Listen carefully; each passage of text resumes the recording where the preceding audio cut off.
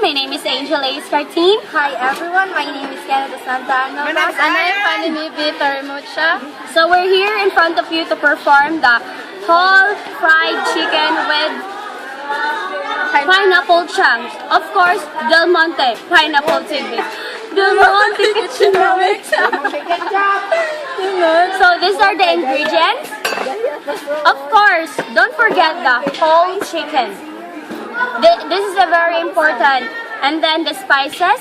We have the garlic, onion, and then the scallion, lemongrass, pepper, and then the liquids. We have vinegar and then the soy sauce. And then don't forget, it is a fried whole chicken, so we will use some crispy fried. So next, we will get the quantity first, the soy sauce. Fanny will get the quantity of this liquid. It is 1 cup of soy sauce. And then, don't worry because we will mix this all ingredients in order to put it inside the chicken. And then next is the vinegar. It is also 1 cup of vinegar. And then next is the spices.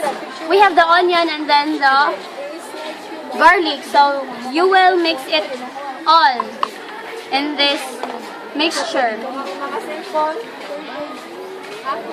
Don't worry because we wash our hands.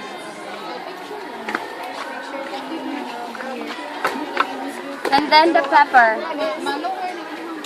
It depends on you, the quantity of these ingredients.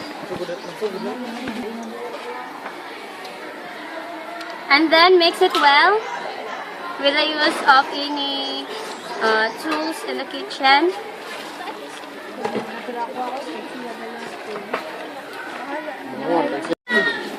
The next step is you will get the spices inside the mixture and then put it inside the whole chicken. It is okay that the mixture, the liquid mixture will not get inside the chicken because the most important is the spices of this mixture. And then as you can see, they put the spices.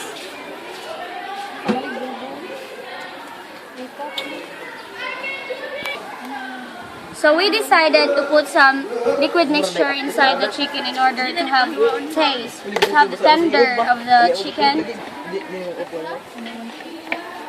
1/4 cup. We put 1/4 cup.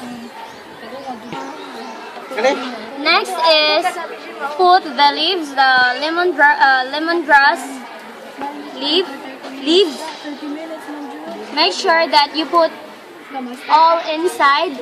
And then the scallion.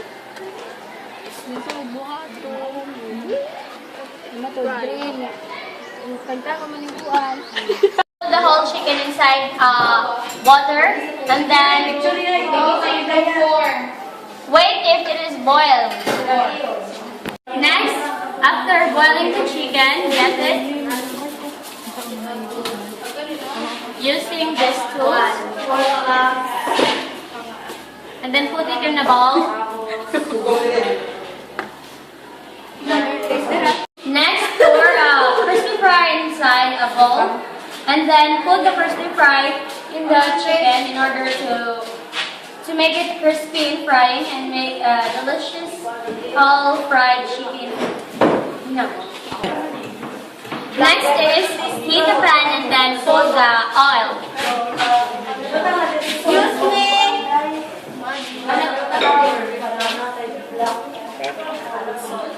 It is better to have many oil.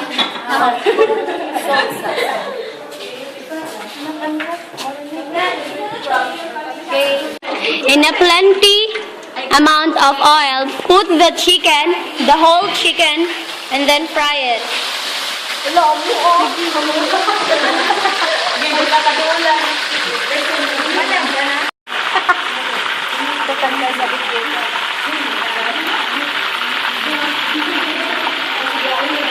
Anak Wait a few minutes.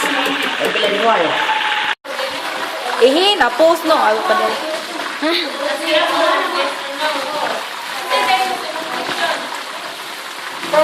Turn to other side if the other side is brown. But it's not completely. Move away the chicken in a bowl because it is completely brown.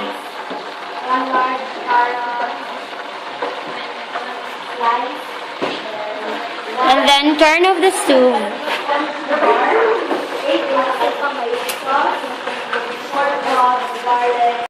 After that, put the pineapple chunk in the chicken.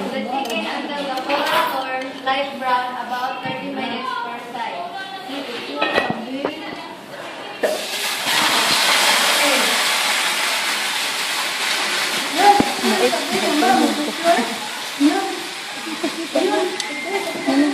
And then put the gravy beside the whole fried chicken with pineapple chunk.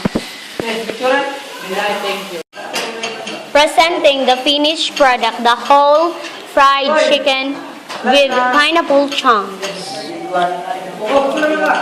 Doing all the procedure.